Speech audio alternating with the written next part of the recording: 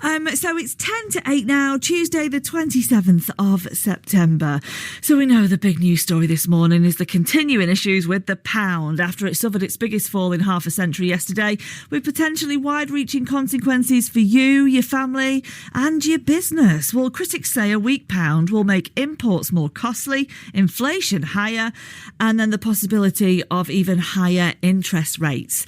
We've heard this morning that several banks and building societies have temporarily stopped selling some mortgages due to market concerns. Let's get more information on this now from Sally Mitchell, who is a mortgage advisor and broker from The Mortgage Mum. Good morning, Sally.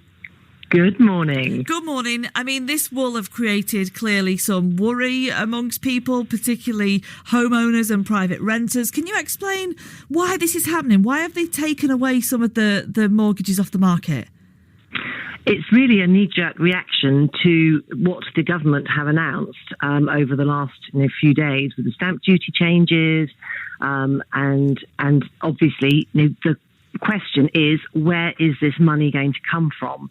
That has caused sway in the market. People are feeling slightly less confident, and some of the banks just don't really want to be in that position. They want to be safe. They want to be able to look after their existing customers and not get into trouble. So I presume if you're somebody who's now trying to get on the housing market, this is going to make things harder. Yes, you definitely have a smaller pool to fish in, and the fish in that pool are more expensive. We've seen this change over the last few months. It's not particularly new.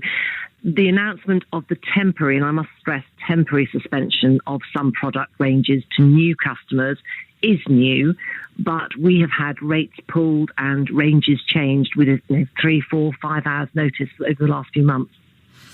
On that note about rates changing, what does this mean then for those with mortgages? Well, they'll be paying more for their mortgage every month.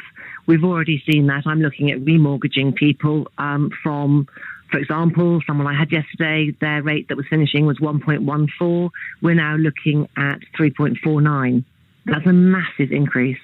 I mean, that per month on their pocket is huge, isn't it? Yeah, it's a lot.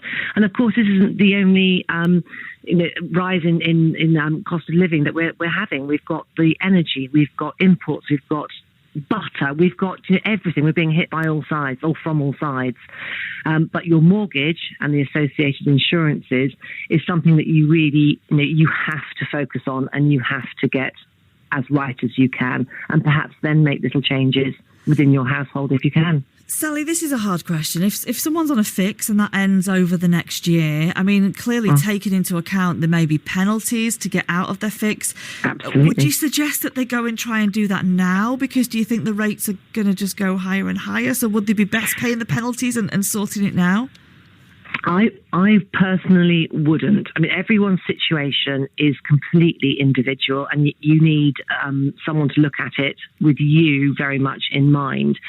But have you still got a year to run on your fix and you're on a lovely low rate, I would stay put and then have a look again in 6 months' time.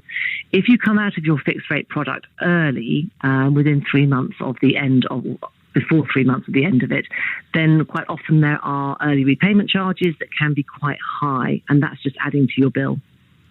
I did read somewhere, Sally, that some mortgage lenders will give you the mortgage offer and then it will last for 6 months. So if you're within sort of 6 months of your fix ending, it might be a good idea to try and get that offer now, and you've sort of got it in your hand at some point over the 6 months. You could then go, do you know what, I might head to that now. Sort of hedge your bets a bit.